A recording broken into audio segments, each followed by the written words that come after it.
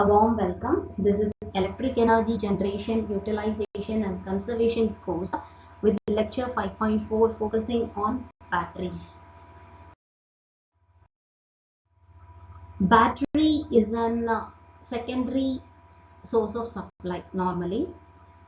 Here first let us see why battery is necessary. In electricity supply conditions, low carbon technologies are highly addressed in order to reduce the global warming issues. So while impacting or reducing the low carbon technologies, automatically it will be create an impact over the reduction of electricity supply, because our main source of electricity is the reliance over the thermal power plants. So what can be done as an alternative is we can store the generated electricity. While you are storing the generated electricity, it is not possible that we can have a number of batteries to store those electricity. So what sufficiently an energy storage system can be designed. Entirely you cannot avoid a storage system, or entirely you cannot rely on that energy storage system. So at that time, for a potential storage device has been designed called battery energy storage systems, where the electrical energy can be converted to chemical energy and vice versa. In such a case, design modelings have been developed, and the key tools are being designed for better assessment of the impacts of BESS to the grid, and all these analysis have been it was reviewed, and finally the results were found out that rather than relying on battery energy storage system completely, we can use it in an electric vehicle system or in photovoltaic system.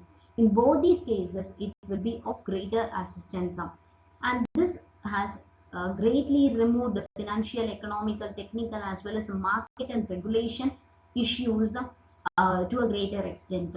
And finally, while you look at the various trials which are made for the numerical modeling, if it is under success, then automatically this will be allowed to reach its potential. Let us see, what does a battery mean. It's a device which is capable of converting the electrical energy into chemical energy during the charging process, and vice versa during the discharging process. And this process will take place through the oxidation reduction reactions. The base element of a battery is a cell which consists of two electrodes. One is a positive electrode called anode, the other one is a negative electrode called cathode. Both these electrodes are placed in the electrolyte, which is a liquid, which is in liquid form, and there will be a separator. During the charging process, an voltage difference will be, a potential difference will be applied across the two electrodes, and this will create, this will energize the electrodes to make the current flow through the electrolyte in the proposed direction. From the anode to cathode, the current will be flowing up. The consequent excess or deficit of electrons at the electrodes generates the reactions between the molecules at their surface in the electrolyte. The latter will be, the electrolyte is in the form of liquid or a solid substance in which the electrodes are being immersed.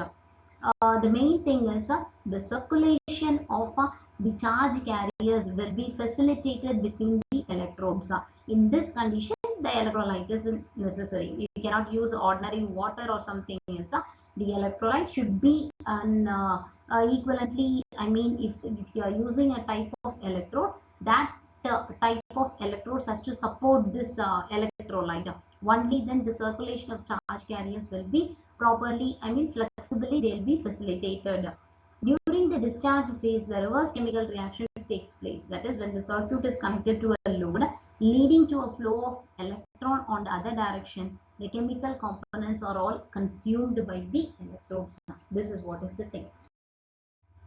Next, while considering the working principle, the battery energy storage system are often referred to complete the system. It comprises of more number of cells There will be control processes and protection packaging units around it.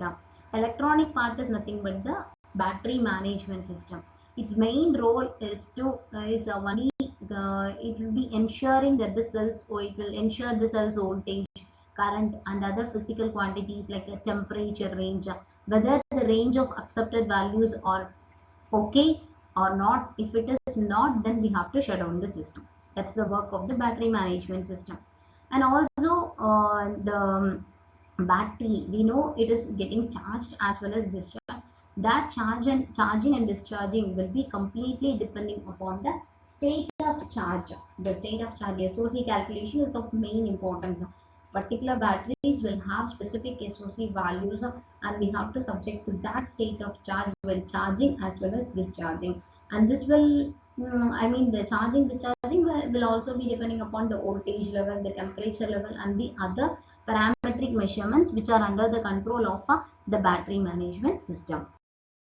While considering the solar PV batteries, these are always called Tesla batteries. So they are equipped with lithium-based chemical, in which all the composes it composes the majority of the other battery cells like German Sonon, the South Korean LG Chem RESU, the Chinese Pylon Tech US 200B, the American Simplify PHI.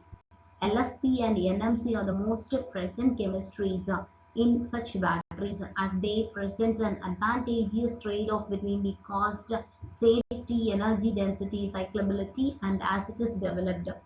Still, there are few others among the main models.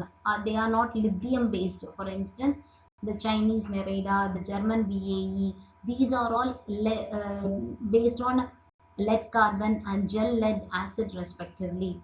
The main difference in technology illustrates a preference for lithium ion batteries. In solar PV batteries, lithium ion batteries is highly preferred because of their performance and the lower volumes which are achievable in this technology. I mean, when compared to the other batteries, if lithium ion batteries are used, a small numbers, the number of lithium batteries required is less. While considering electric vehicle batteries, EV and HEV, heavy electric vehicle batteries, the manufacturers are the Nissan and BMW. These companies, they actually they claim that they have found a way to reuse the vehicle batteries. That is, if they have reached their end of life. And so, buying them from the vehicle owners, refurbish them and selling them back to the domestic battery market is a very good business. The reuse of such batteries has potential, as the performance of EV and HEV batteries, they are usually higher than that for that required for domestic applications.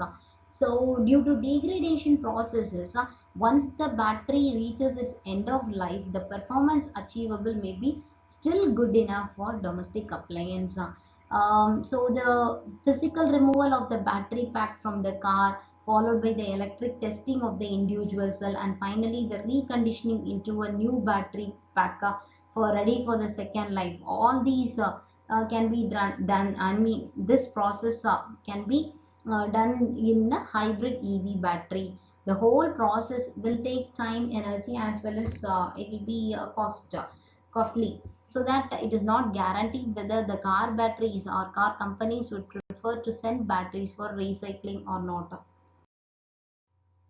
While considering the performance and characteristics of batteries, energy capacity it ranges depends upon the requirement purpose. If it is a single storage unit, then the kilowatt hour will be less. If it is a stack of number of units, then it may be lower than 20 kilowatt hour. Higher capacities are expected with the reused EV batteries, but they are not available yet. The power ratings are simply higher than 1 kilowatt and up to 10 kilowatt, from 1 kilowatt to 10 kilowatt. Tolerance of the power output, it also depends upon how long this output is maintained. In some systems like Tesla Powerwall or the Sonon ECO, they are equipped with the integrated inverter or charger. And here, in certain cases, compatible inverters are also installed.